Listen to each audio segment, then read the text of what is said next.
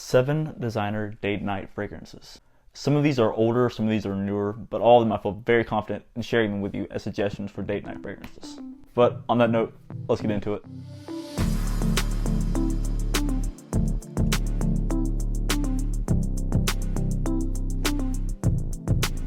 So before I get into this list, I want to say congratulations. You have found my channel before I blew up.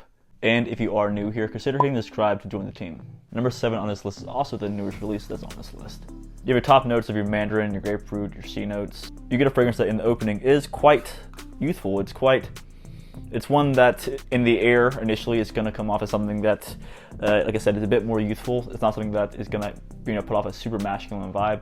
But the key to this fragrance, for me at least, is in the dry down. In the dry down, it tends to lose that super overly sweet kind of scent. In the dry down, it loses that definitive scent that gives it that youthful, character. Number 7 goes to Invictus Onyx. Now guys, like I said, this is a 2020 release. Some people say that it is very similar to Invictus Aqua. I'm not sure. I can't say if that is or not. I didn't own that, and I have not owned the original Invictus, but I do own this, so I can't really say on those two, but I do enjoy this one quite a bit. In the short time that I've owned this, I've gotten a ton of positive feedback from wearing it. Now, if you're planning to wear it on a date night, it's gonna be one that you're gonna wear in an open area. You're not gonna want to be, straight up boot up next to somebody, maybe at a movie. That's not what this is for. This is gonna be something at like an outdoor kind of event where you're kind of, in an open space, because it is great in the air. And like I said, the opening can be a bit youthful.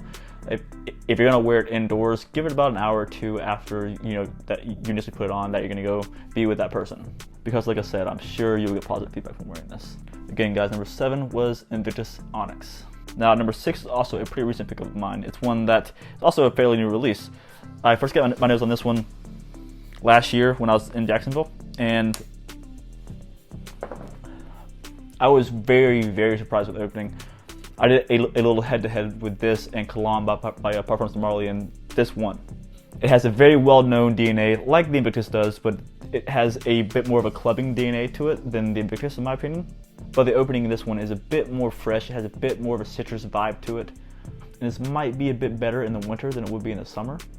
But this opening is just, it's so good. It's like intoxicating. It's one that I keep on smelling over and over again. I feel like for a lot of us, we had these fragrances that we go to and reach to, that we constantly smell the atomizer and don't necessarily wear it, but we just kind of smell it and it brightens our mood.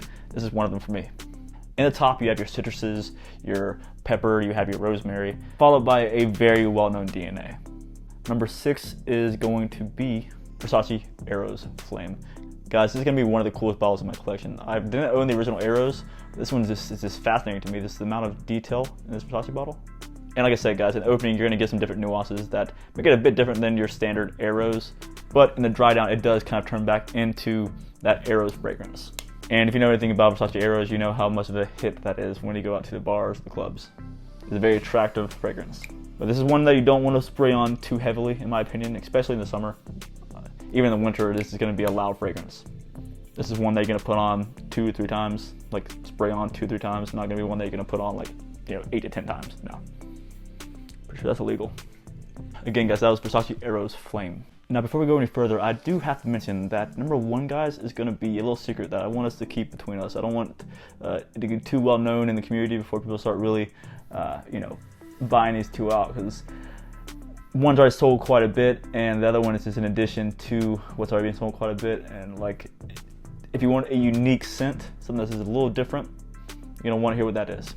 But number 5 on this list is going to go to something that is a flanker. It is a sweeter take, in my opinion, of what is a flanker of. It's one that it performs very well. It's honestly a beast mode kind of scent. The last 2 on this list were also beast mode scents. So if you want to say that these last ones, including this one, are beast mode date night fragrances, go ahead, because this one and that one and those 2 kind of are that. There are 3 notes to this one that I can see. It's tonka bean, mandarin, and alkagala wood. With that, you get the sweet, almost in the opening, almost somewhat plastic type scent that is coming from Chrome Pure by Azzaro. As you guys can see here, it's standard chrome bottle, white but matte finish all the way around. It's very cool stuff. And like I've said in the past, this is one of the best performing. I don't even want to say that this is like a freshie, because it's really not to my skin. Let me put it on real quick. Yeah, it's really not a freshie. Like the freshness that is there comes from the mandarin, but everything else that's in it is a bit darker of a fragrance. It's loud, it projects, it lasts. It's a very unique scent too. The tonka bean and the mandarin really mesh well together and give it a very unique kind of scent. I don't have anything else in my collection that smells quite like this, which is why I suggest it for date night, because this will have you smelling different than anyone else in the room. And again, guys, that is Chrome Chore by Azzaro. And number 4 on this list goes to a fragrance that I've spoken about very highly on my channel. It's one that I really enjoy when I wear it. I tend to spray it, it's a bit heavy.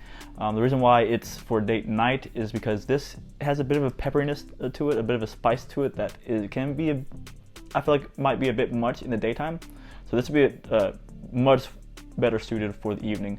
It's great for refreshing during the day, but if you're gonna wear it around people, this can be one that I would suggest wearing at night. In the top, you have your nice ginger with your certain amount of citruses. You have something that is a very well-crafted fragrance. You get Loom Ultime. Oh man, guys, I could just go on about this one right here. It's just, it's so good, and I'm so blessed and happy to have it at a 200 ml. If you're a fan of the Loom line, but you want something that's more refreshing, more crisp, something that is a very cool fragrance, one that I've gotten just so many compliments on, one that like I said, I enjoy it so much that I had to go ahead and get the 200 ml of it. This is what you want to reach for. This is going to be a great date night fragrance, without a doubt. And honestly, year round. Again, guys, that is Loom Ultime. Now, number 3 on this list is one that's not necessarily beast mode, but let's take into definition what your definition of beast mode fragrance is. It's something that is high quality. It doesn't have to be something that projects out real well. I would say that this is a beast mode fragrance in terms of the quality of the fragrance itself. Not necessarily in how loud it projects or anything like that, but just the quality and actual scent this gives off. Yeah, it's beast mode. Like I said, not necessarily in the sense of it projecting a half mile off your skin, but is one that smells phenomenal and probably will be the best smelling designer that you have in your collection. And number 3 goes to Bleu de Chanel Parfum. And like I said, guys, this is going to be one of the highest quality fragrances that you can have in your collection. Again, guys, that is Bleu de Chanel Parfum. Now, guys, we are one away from that fragrance that I want us to keep on the low here, guys. But number 2 on this list goes to a fragrance that is also a flanker. It happens to be one of the sweeter takes from the line, from the flankers. It's one that, in my opinion, it gets overlooked, and I'm not sure why it gets overlooked. It gets overshadowed by certain things. I've heard compared to other things, but it's one that I wear it and it's uplifting. I smell good for the entirety of the day when I'm wearing it, for like 6 to 8 hours when I'm wearing it. But number 2 goes to Acqua di Gio Absolute. As you will see here, guys, it's basically an Acqua di Gio bottle with some brown juice inside, with a woody cap to kind of symbolize the woody base of this fragrance. This can be a fragrance that won't necessarily announce that you're in the room, but it's one that will announce that you're the best smelling person in the room, if that makes sense. This gives off a great sillage, a great scent trail, and also happens to be one of my most complimented fragrances that I have in my collection. Like I said, it's the sweeter take from the Acqua di Gio line. Again, guys, was Acqua di Gio Absolute. Now, number 1 on this list is 2 fragrances worn together.